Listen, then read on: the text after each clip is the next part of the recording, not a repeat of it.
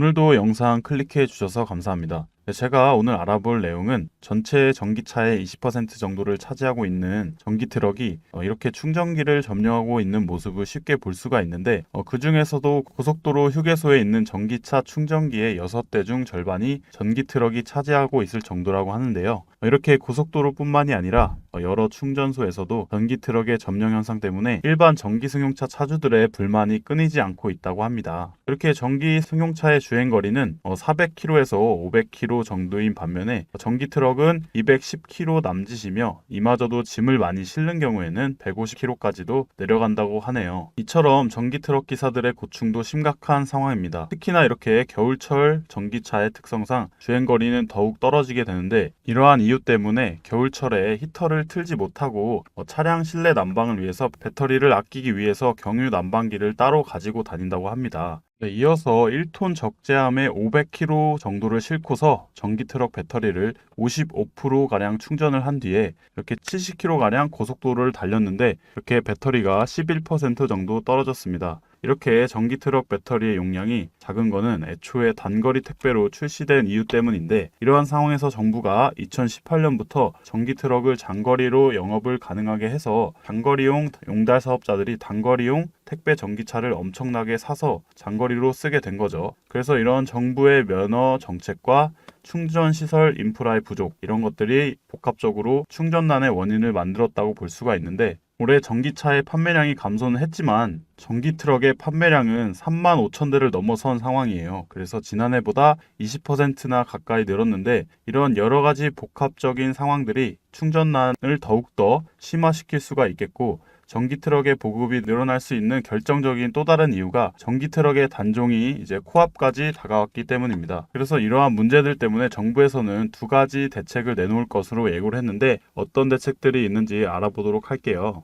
자, 여기서 잠깐 제가 기분 전환을 위해서 우리 시청자분들한테 항상 깜짝 선물 드리고 있죠. 바로 뭐냐? 제가 항상 여러분들께 뭐라고 말씀을 드려요. 여러분들께서 평소에 뉴스만 챙겨보셔도 우리는 돈을 벌 수가 있다. 돈이 된다! 라고 제가 항상 강조해서 말씀을 드리고 있는데 자, 여기서 보시는 것처럼 정부의 보조금 확대 지원 이슈가 지금도 끊임없이 나오고 있는데 이런 뉴스 보시면서 여러분들은 어떤 생각을 하시는지 그냥 뉴스만 보고 끝내시는지 제가 항상 되물어보고 싶은데요.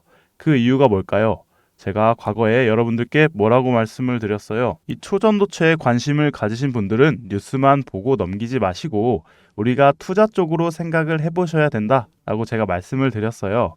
그래서 많은 분들이 뉴스를 통해서 보셨을 텐데 이런 초전도체 이슈가 됐을 때 우리나라 부자들은 자연스럽게 어떻게 생각을 한다? 초전도체 관련주는 뭐가 될지 이렇게 자동적으로 생각을 한다라고 제가 말씀을 드렸어요. 그 이유가 뭐냐? 부자들이 봤을 때는 이런 사회적 이슈는 곧 돈으로 직결이 되고 돈이 몰리기 때문에 우리 부자들이 항상 이런 식으로 사회적 이슈를 그냥 흘려듣지 않고 이렇게 챙겨본다, 생각을 전환한다 라고 제가 말씀을 드렸는데 이번에도 마찬가지입니다. 제가 그래서 지난번에 우리 구독자분들과 함께하는 주식으로 수익 내기 이벤트를 진행을 했었죠. 당연히 항상 무료로 진행을 하는 거고 지난번에도 저한테 이렇게 구독이라고 문자 남겨주신 분들한테 이렇게 초전도체 중에서도 대장주 가능성이 높은 딱 한 종목 신성 델타테크를 골라서 여러분들께 추천을 드렸었습니다. 그래서 내용을 보시면 아시겠지만 여러분들께서 어느 가격에서 사야 되는지 그리고 수익이 몇 % 되면 팔아야 되는지 이 부분까지 여러분들한테 알려드렸는데 실제로 어떻게 됐어요? 오른쪽에 보시면 아시겠지만 제가 8월 초에 추천을 드리고 한 달도 안 돼서 지금 주가가 몇 배? 3배 이상 급등이 나왔습니다. 그래서 이때 당시에도 굉장히 많은 분들이 수익을 내셨을 거예요. 참여하신 2,000명의 구독자분들 다시 한번 축하드리고요. 지금도 많은 구독자분들께서 참여를 해주고 계십니다. 기회는 끝나지 않았습니다. 이번에도 기회가 왔어요. 최근에 돈이 되는 이슈가 바로 정부에서 전기차 보조금을 확대하면서 전기차 수요를 늘리고 있잖아요. 그러면 우리가 어떻게 생각을 해볼 수가 있다? 정부에서 23년까지 전기차를 420만 대 보급하겠다라고 밝힌 만큼 전기차의 수요는 증가할 수밖에 없습니다. 그 중에서도 최근 이야기가 많이 나오고 있는 게 정부에서는 충전 인프라 구축에 속도를 내고 있습니다. 그러면 결국에 전기차 판매량 자체가 늘어날 수밖에 없고 자연스럽게 전기차 관련 사업이 증가를 하고 그 기업들 중에서도 매출을 가장 잘 내고 수혜를 받는 기업들이 있을 수밖에 없겠죠. 그럼 우리가 당연히 이쪽으로 생각을 연결해야 된다는 겁니다. 그래서 이번에도 여러분들께 제가 뭐를 보내드릴 거냐면 위에 번호로 전기 두 글자, 이번엔 전기로 문자 두 글자 남겨주시면 제가 전기차 관련 기업, 그 중에서도 전기차 충전 인프라 독점을 하면서 매출이 가장 잘 나오고 대장주 역할을 하면서 주가가 동시에 크게 뛰어오를 한 종목을 여러분들께 알려드리도록 하겠습니다. 그래서 여러분들이 주식으로 수익을 내는 연습을 한번 해보시라 이렇게 말씀을 드리겠고, 혹시라도 내가 주식을 하지 않는다 라고 하시는 분들은 주변에 주식하시는 분들한테 추천을 해주셔도 되겠죠. 그리고 우리의 인생 선배님들, 연세가 있으신 분들 중에서 저는 좀 어려워요 하시는 분들 있죠.